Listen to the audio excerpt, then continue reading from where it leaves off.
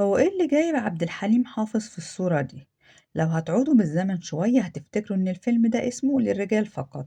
الفيلم ده كان بطولة سعاد حسني ونادية لطفي ومجموعة من الفنانين، كان من أبرزهم حسن يوسف، ومعاهم يوسف شعبان وناس كتيرة جدا. عايزة أقول لكم إن الفيلم ده ما فيهوش أي دور للفنان عبد الحليم حافظ لا من قريب ولا من بعيد، لكن عبد الحليم حافظ أصر إنه يكون موجود أثناء التصوير. هقول لكم إيه السبب في إنه أصر على كده، بس ما تنسوش اللايك والاشتراك ويلا بينا نبدأ الحكاية. الحكاية إن بطلة الفيلم هي سعاد حسني وكانت بطلة رئيسية.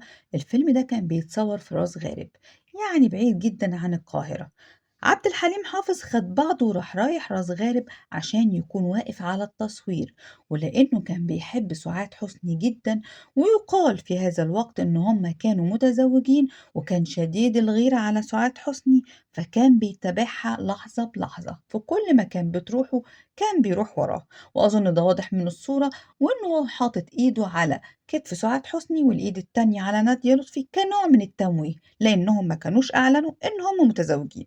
هيجي حد ويقول لي وانت عرفتي منين ان هو كان بيغير على سعاد حسني الغيرة الشديدة دي؟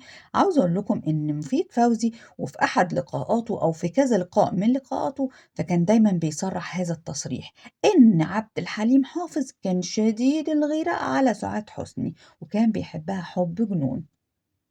وبما إن مفيد فوزي كان من أقرب المقربين لسعاد حسني وعبد الحليم حافظ، ففي ضمن حكاياته قال إن عبد الحليم حافظ كان بينزل بالليل بعد الساعة 12 لما ما يلاقيش سعاد في بيتها، يقعد يلف بالعربية بتاعته في شوارع العجوزة والزمالك عشان يشوف عربية سعاد، وأول ما يشوف عربية سعاد ويعرف هي موجودة فين بالظبط، كان وش عبد الحليم أول ما يعرف إن سعاد موجودة في بيت من البيوت، طبعا هو عارف كل بيوت أصدقائها، كان بيتضايق جدا ووشه بيتغير تماما وكان بيتعصب جدا جدا. وده كلام الكاتب مفيد فوزي.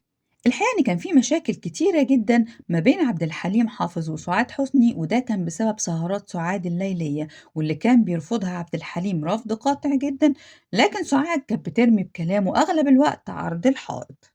وبرغم حب وغيرة حليم على سعاد حسني، وبرغم حب سعاد حسني الشديد جدا لحليم، إلا إن هذا الحب فضل في الظلام ومحدش عرف عنه حاجة إلا بعد فترة طويلة جدا. تفتكروا إيه السبب في إن كل ده حصل ما بينهم، وإن الحب ده مظهرش للعلن؟ اكتبولي في التعليقات، متنسوش اللايك والاشتراك. سلام.